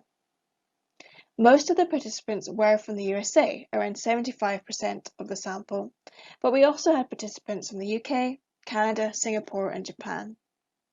The majority of our sample was female, around 64 people, with a mean age of 42. We also had a range of different academic disciplines represented. For example, we had 38 people in science, technology, engineering or maths disciplines, 24 people from disciplines related to helping professions, and 25 people in liberal arts, so that's things like history and English literature. In terms of prior experience, well, 40 people said they had prior autism training, and 35 said they had actually had training about universal design before. I'm now going to cover some of our key findings. Our data were analysed using hierarchical Bayesian generalised linear models with the data analysis led by Zach Williams. Now, the most important question really is whether the training works. So if we look at autism knowledge, we saw that after training, autism knowledge substantially improved. When we followed participants up 1 month later, there was still this improvement in knowledge compared to baseline. So it seems that the training does seem to improve autism knowledge. What about stigma towards autism? Again, we found that after training, we saw a substantial reduction in stigma. Again, this was still the case at 1 month follow-up, showing that our training also helps staff to have more positive attitudes towards autism. We also measured people's attitudes towards universal design itself. We found here that attitudes towards universal design did become moderately more positive after training and 1 month later. So our participants were also generally more positive towards using universal design within their teaching. It's worth noting a few other findings in terms of relationships between some of the variables. First, perhaps unsurprisingly, if participants had had prior training, this strongly predicted lower autism stigma at baseline. Second, we found that the personality trait of high social dominance orientation strongly predicted more autism stigma. Lower pre-existing knowledge also predicted more stigma.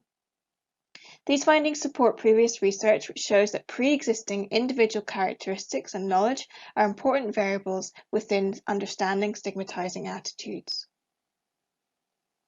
Third, interestingly, we did not find that type of academic discipline had any effect on stigma. We predicted that perhaps disciplines related to helping professions might have more positive attitudes, but actually we found no relationships between discipline and stigma. Finally, we replicated a finding that has come up elsewhere, that male gender was strongly associated with increased autism stigma. It's worth noting we did have a relatively small sample of males, but this finding does tend to come up in lots of different studies. Let's consider a few limitations and future directions for this research. One thing you might have already noticed is that we have quite a biased sample in many different ways. We had some open qualitative questions, and it was clear that many people decided to take part in the study because they were already interested in learning more about neurodiversity. We really need to target people who have no idea about neurodiversity and maybe are slightly less willing to change. Another limitation was that a large proportion of our participants already had some pre-existing training about either autism or universal design. So again, what we need to know more about is people who have never had training in any of these areas. In terms of where we go from here, what we need to understand is whether after doing this training, people actually change their practices and positive changes actually happen in class. We actually collected a load of qualitative data from our participants, which we're still analysing, but we did ask people to share what they had or had not done to change their practices in our 1 month follow-up survey. So we'll hopefully have some information on what people actually did after training. Finally, and importantly, we need to also see whether autistic students themselves feel the benefits of better trained staff. And I think we need to engage in a constant dialogue with autistic students to make sure that they are having positive experiences at university. So in terms of what we can take away from this research, well, firstly, our findings show that our training shows promising positive results and does appear to be somewhat effective in improving attitudes and knowledge, both of autism and universal design. Second, this is a super low cost, easy to use online training course that could be easily delivered elsewhere. Our resource is open access and anyone is free to use it.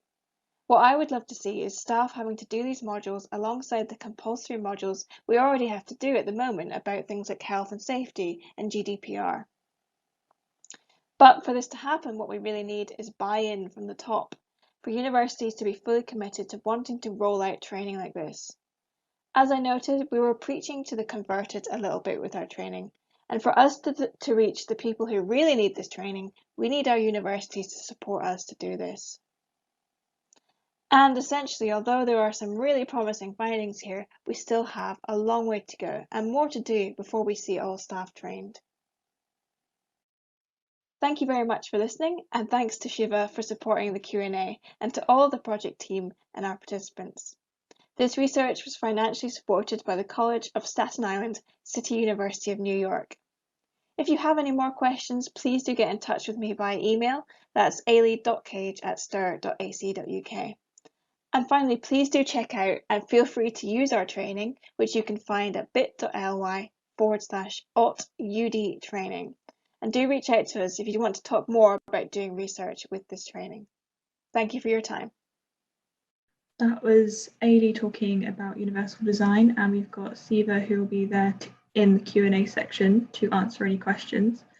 We'll now be moving on to Sue's presentation, which is on the Learning About Neurodiversity in School project. And there is a longer title, but we've seen that I struggle with those, so I'm going to leave it up to Sue. Great decision, Sarah. Yeah, it's a bit of a mouthful again. So hopefully everyone can see my slides and Sarah will shout at me if that's not the case.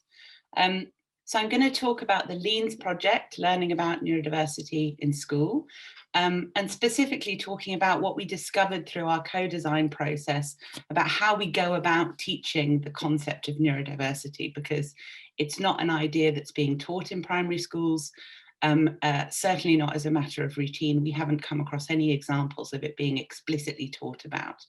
And so a big part of this project was working out, what it means to embark on this kind of curriculum.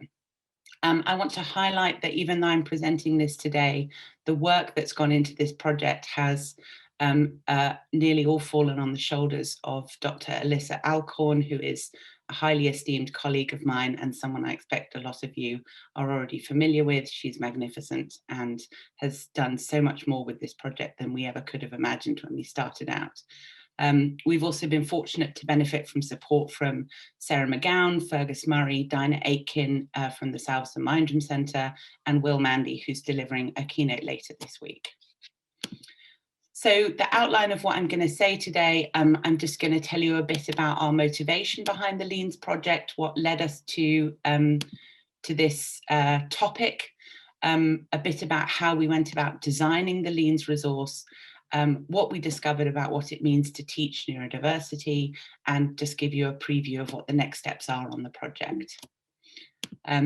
So our motivation, we know that children struggle when school environments are a poor fit for them, and that's obviously something that is experienced by a lot of autistic children, but also a lot of children who are autistic but don't know that they are or don't have a diagnosis, a lot of children with other diagnoses like ADHD, dyslexia, developmental coordination disorder, and so on, and a whole load of children who don't have a diagnosis for whatever reason.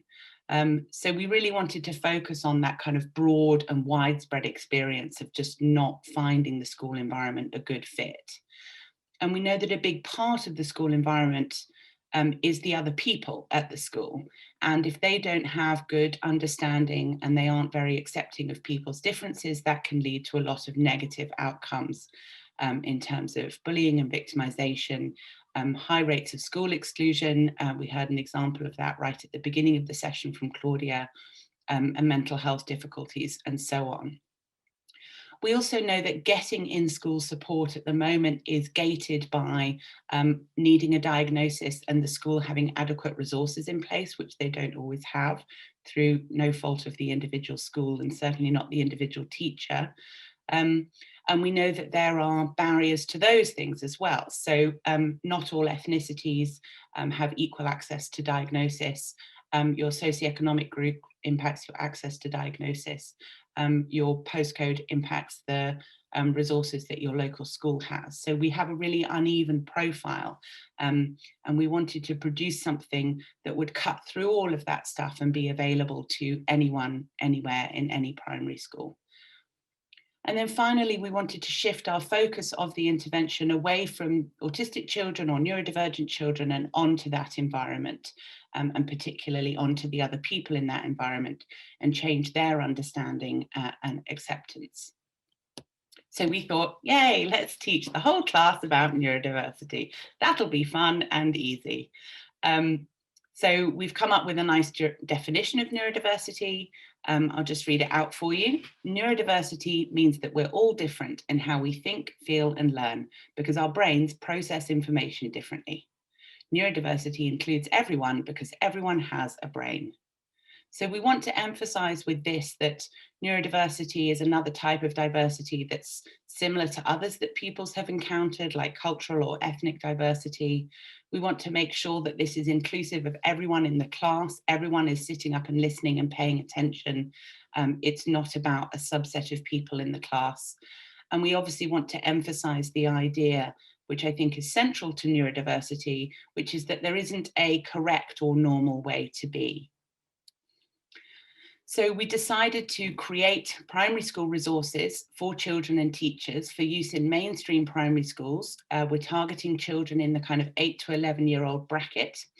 And we were very inspired by existing offerings from charities like Stonewall or the World Wildlife Fund, downloadable, free to use resources that teachers can get hold of and use to run a kind of topic session or a project session in their primary school class with, printable worksheets and animations, information animations and that kind of thing. So that was the sort of model that we were trying to emulate, but obviously focusing on this new topic of neurodiversity.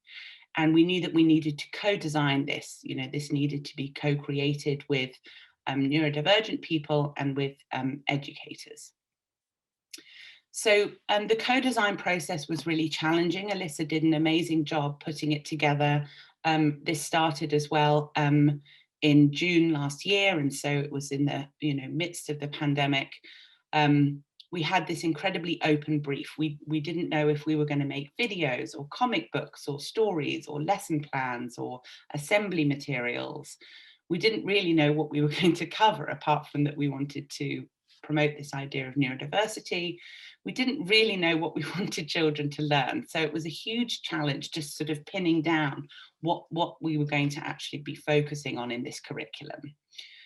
We recruited this amazing neurodiverse team of people with education experience from across the UK and Ireland, and delivered this online co-design process through 7 design cycles over a 4-month period. And we are indebted to those co-designers for their hard work over that time. Basically, the co-design process involved members of the team submitting ideas, those being sort of filtered and organised by Alyssa and to some extent myself, and then discussed and decisions made about them in a video call group. And we went through that cycle a number of times. So this big question then, how do we teach something like neurodiversity, which is a big idea even for adults to get their head around? We've ended up with 7 topic units that are structured around key points, which are the kind of learning objectives for the unit, the big takeaways that we want children to hold on to at the end of the unit. And I'm just going to flag a couple of these because they really focus on known sources of friction in a classroom, specifically between neurodivergent and neurotypical children. So one is a unit specifically focused on the distinction between things that you need and things that you want. And we've gone into some detail here exploring how Some people might need, for example, a computer to write their book report on. Some people might want a turn on the computer, and it's not the same thing. And we really want to get that distinction clear for children so that they feel hopefully less resentful and more accommodating and accepting of the different kind of tools that their colleagues, their fellow pupils are using. Another good example would be, something like a fidget spinner or a fidget toy. How come, such and such gets to play with a toy and I don't get to play with it in class? And on a similar note, we've gone into some detail in terms of the concept of fairness. And we're really trying to introduce the idea to children that fairness is not based on everyone getting the same thing. Yes, if you're cutting up a cake into slices, you want to give everyone the same size slice of cake.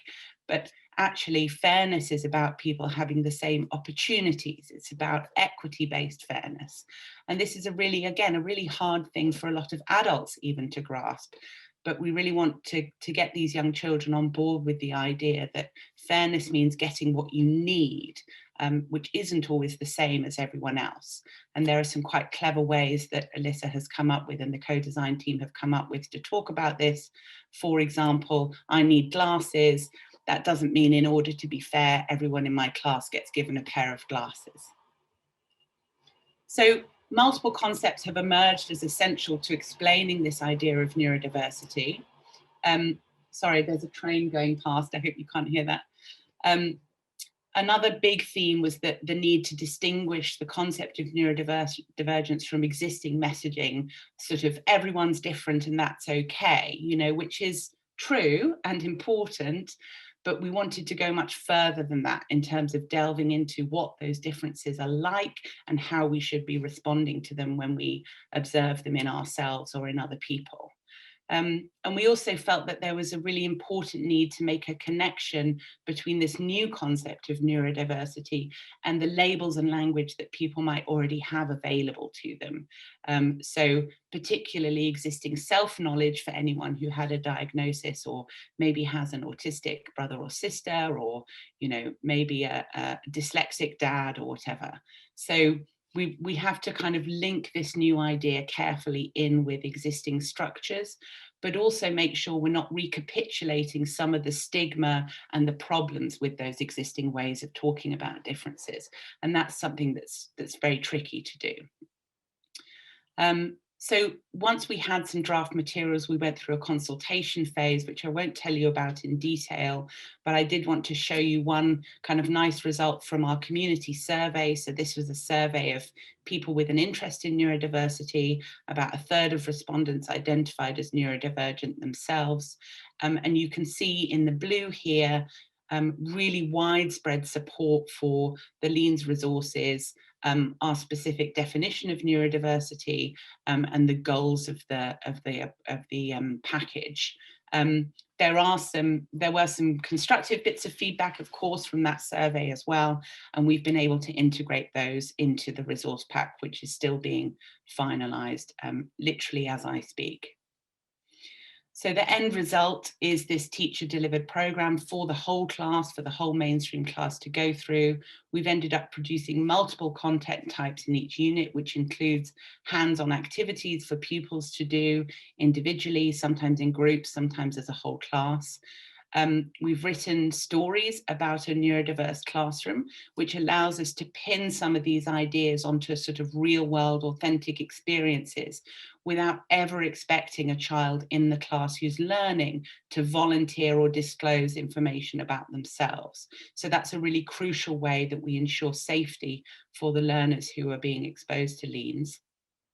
And there's a range of supporting items for some of the trickier definitions, posters, and some animated explainer videos to make sure that teachers can't get it wrong if it gets tricky.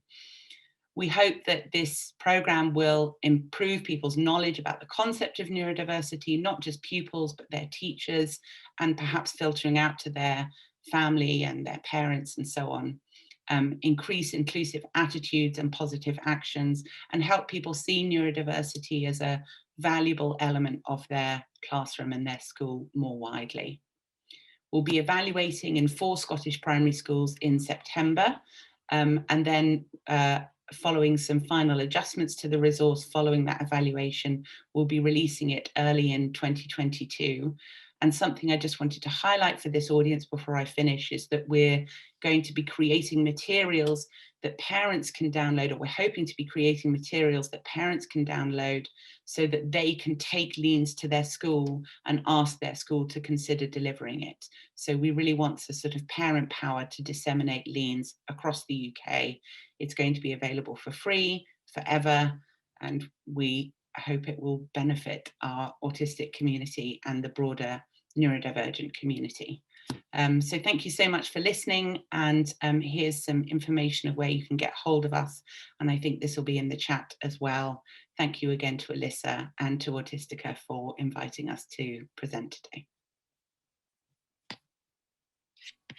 Thank you for that wonderful presentation, Sue. What I realised, and there's probably a theme through all of today, I'm nodding very enthusiastically while listening to everyone speak, but that can't actually be seen.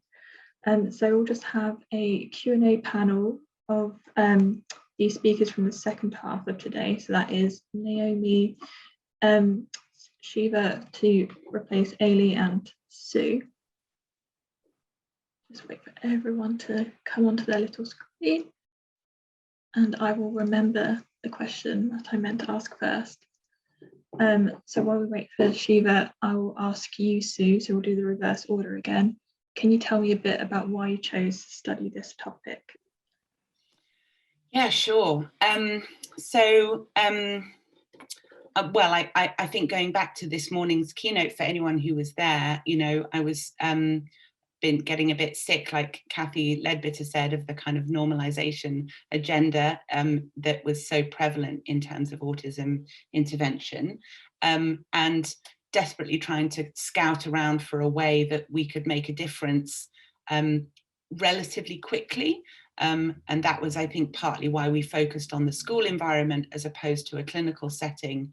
It's an environment where you can make subtle shifts that hopefully have a sort of beneficial ripple effect. We felt that we had the expertise to do that well, and to do that in a way that would take maybe a bit less than a decade to get it out into the world. So that's where Leans came from, and yeah, cross fingers that we deliver on our hopes. And the same question to you, Shiva. Why did you and your team choose to research the subject? Yeah, thanks. Great panel and great presentations, by the way. This is my first Autistica conference, and I'm really excited to wake up early in the morning to attend. I wanted to say that our focus, you know, especially in the US, has been much, focused on autistic individuals themselves, as opposed to making modifications or changes or increasing understanding in the environment where autistic individuals go to college or, workplaces and such. So we thought as a team that it was most important to not just directly work with autistic individuals or autistic college students, but also support the university teaching faculty members or staff in working with autistic students in their own classrooms across disciplines. We also noticed that, just across majors or across disciplines, which was so interesting to note that so many people participated across disciplines, but there was really not much of a difference depending on, what kind of discipline the professor or the university staff was from. So just quite encouraging. That's the main idea. Like Sue's project, I think it's very important to not just directly work with our neurodivergent kids and adults, but also, educate the environment around them. That makes a huge difference. Thank you for that. And Naomi, what made you choose to study this topic?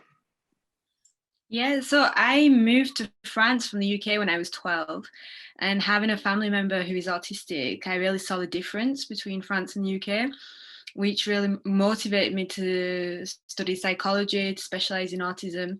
And then I started working in a hospital after my master's degree. as a clinical psychologist, it was an early intervention centre using ESDM, so Early Start Denver model. And we did a lot of parental guidance. And we generally did this parental guidance with the mothers, because the fathers were the ones who'd carry on working full time, and the mothers would stop to bring their child and to participate in the appointments. And after a while, I started seeing difficulties within the relationship between the mothers and fathers, or even same-sex couples. And I was wondering, what was our contribution to that? How were the professionals actually contributing to that, and what could we do to help the couples? And I started looking a little bit in the literature and saw that there wasn't much there. And so I decided to do a PhD on the topic. And this is where I am now. Perfect. So the first question I'm going to throw back to you, Naomi. I guess you've answered it a little bit already, but are you aware of the cultural differences between French and UK attitudes to autism? And how do you think, so this is kind of building upon that, how do you think they might impact how the study could be replicated in the UK? Oh, that's a very good question. Quite a difficult question to answer, I'd say, the second part. But yeah, it's not just with autism, it's with any disabilities, I'd say. I did primary school in the UK, and so we would see kids integrated in our classes that had like a teaching assistant and certain difficulties. In France, when I arrived in the college, so the secondary school, the kids were segregated in a class. And there's a lot more segregation. You don't see necessarily people with a disability in the restaurants, the swimming pools, like even the metros are not accessible all the time. So there's a real problem with accessibility. So it's not something that you see in society as much. And I think there's not as much integration as in the UK. One of the things I always kind of think, but I'm not sure, you can't quote me on this, this is just a personal opinion, is that the UK ideology-wise and theoretically is there, but lacks funding. And whereas in France, like the funding's kind of there, but we've still got a lot of psychoanalysis. Like, for example, in the sample I presented today, most of the parents had to go through 3 or 4 professionals before getting a proper diagnosis. And they generally met psychoanalysis before getting the diagnosis. So that causes also a lot of guilt, a lot of difficulties with the parents who feel that they wasted time. And so I'd say that's probably a major difference, but I could talk about this for hours. No, that's a kind of great reflection. I've got a question for Sue. So a lot of people are quite interested in Leans as a resource, and considering it's specific to primary schools at the moment, is there an idea to create a version that's more applicable to secondary schools, given that there's slightly different understandings within those two age ranges?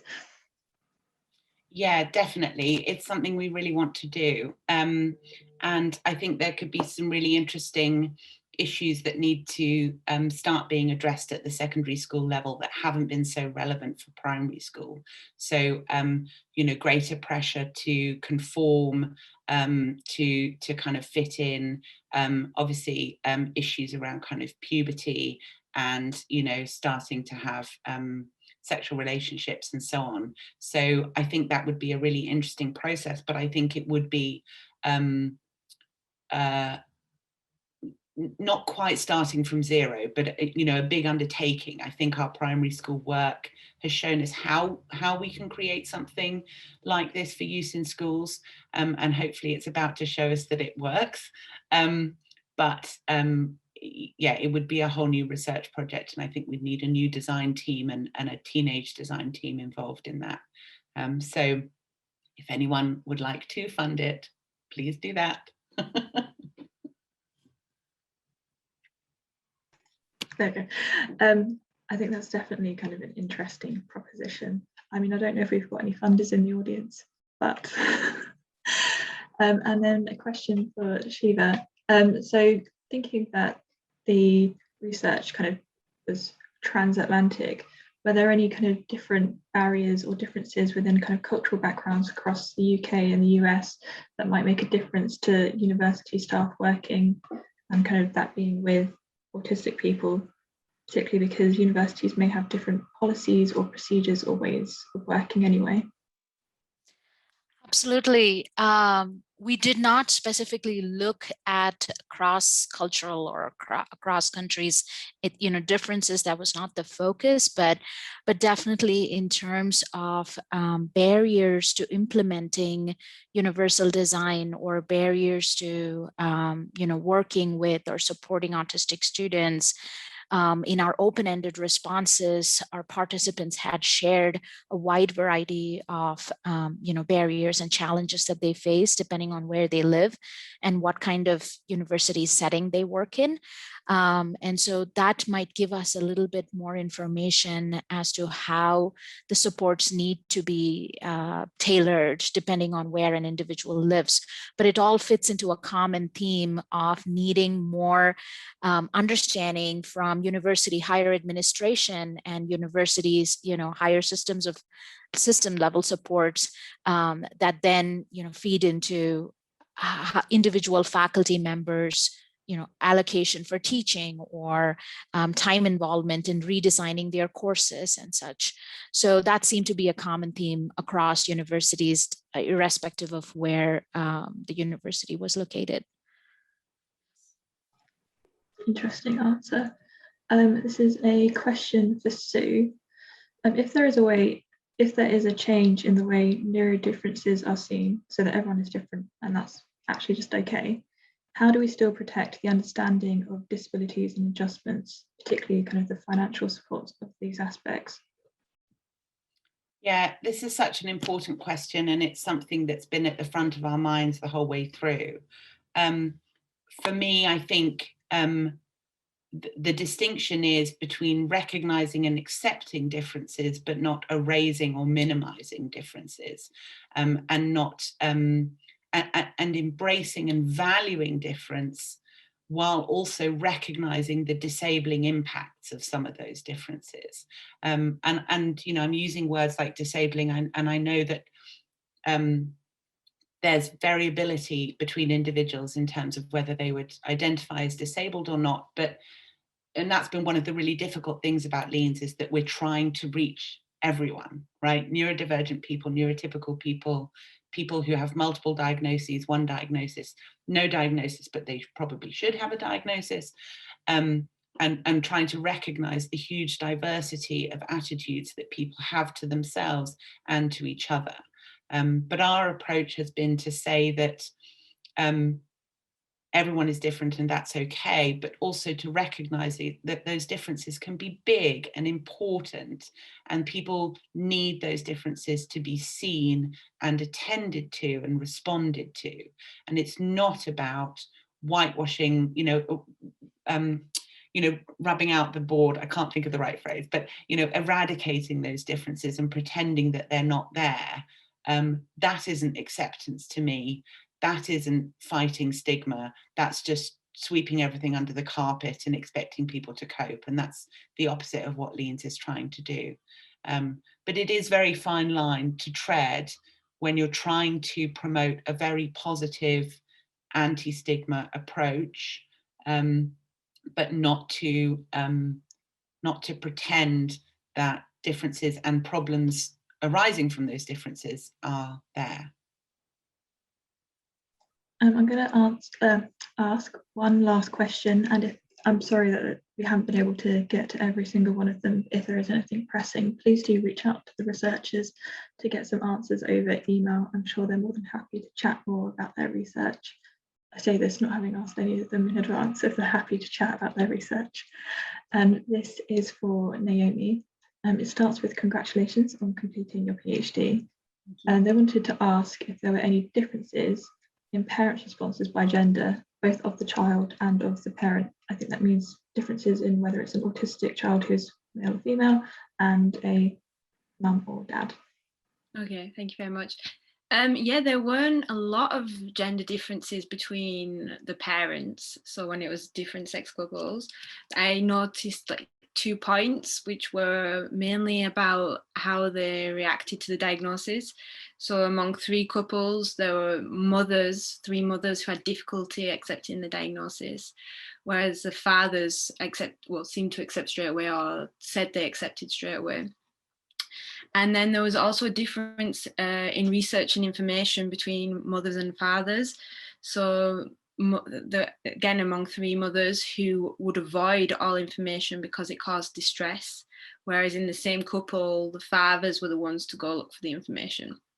And then that's one of the limits of this study, is that there were 9 boys and only 1 girl.